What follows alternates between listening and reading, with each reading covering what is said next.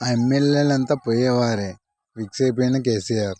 అయితే బీఆర్ఎస్ గురించి ఎన్ని విమర్శలు వచ్చినా ప్రభుత్వంపై సోషల్ మీడియాలో అప్రతిత యుద్ధం ప్రకటించిన సీఎం రేవంత్ అండ్ కో తమ పని తాము చేసుకుంటూ పోతున్నారు. రోజుకో ఎమ్మెల్సీ, పూటకో కార్పొరేషన్ అన్నట్టుగా సమాధానం చెప్తున్నారు. గడిచిన 3 రోజులుగా 3 ఎమ్మెల్యేలు పార్టీ మారారు. తాజాగా పార్టీ మారిన ఎమ్మెల్యే గూడెం మైపాల్ రెడ్డి ఉమ్మడి మెదక్ జిల్లాకు చెందిన నేత. మాజీ మంత్రి హరీష్ రావుకు అత్యంత సన్నిహితుడిగా పేరుంది.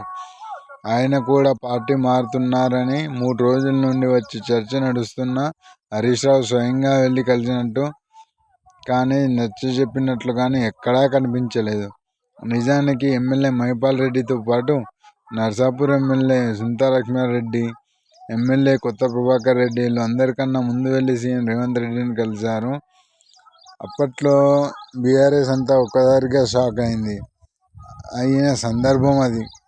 ఎందుకంటే కేసీఆర్ సొంత జిల్లా నుండి 3 సిట్టింగ్ ఎమ్మెల్యేలు పార్టీ మారుతున్నారని అంతా ఉలిక్కి పడింది. ఆ తర్వాత కేసీఆర్ ఎమ్మెల్యేలను కలవడం, పార్టీని చేయడం, మైపాల్ని కూడా నేను పార్టీ మారను అని మీడియా ముందు వచ్చి ప్రకటించారు. కానీ ఇప్పుడు ఆయన కండువా మారిపోయింది.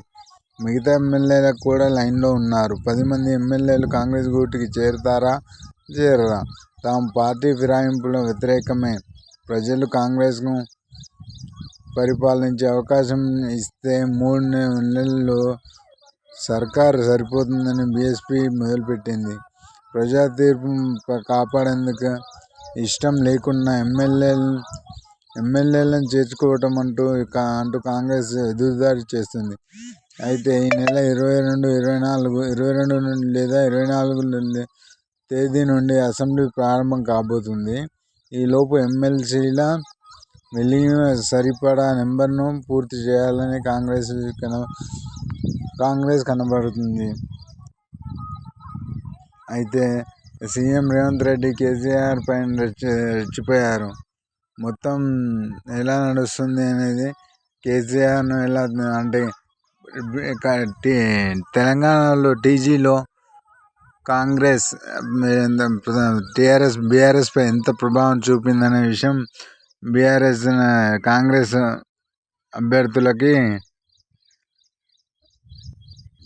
అభ్యర్థులు బీఆర్ఎస్ పై ఎంత ప్రభావం చూపుతున్నారని. అయితే బీఆర్ఎస్ నుంచి ఎమ్మెల్యేలు అందరూ కాంగ్రెస్లో ఉన్నారు. అయితే ఇంకొక 10 మంది దాకా కాంగ్రెస్లో చేరడానికి సిద్ధంగా ఉన్నట్టు సమాచారం. నర్సాపూర్ నుంచి సునీతా లక్ష్మారెడ్డి గారు, కొత్త ప్రభాకర్ రెడ్డి గారు, మైపాల్ రెడ్డి ఆల్రెడీ చేరిపోయారు. ఇంకా అలా కొందరు ఉన్నారు. అయితే ఇప్పుడు మొత్తం ఎట్లా నడుస్తుందంటే పార్టీ ఎక్కడ అంటే పైన అధికారంలో ఏ పార్టీ ఉంటే పనులంతా ఈజీగా అవుతాయని చెప్పి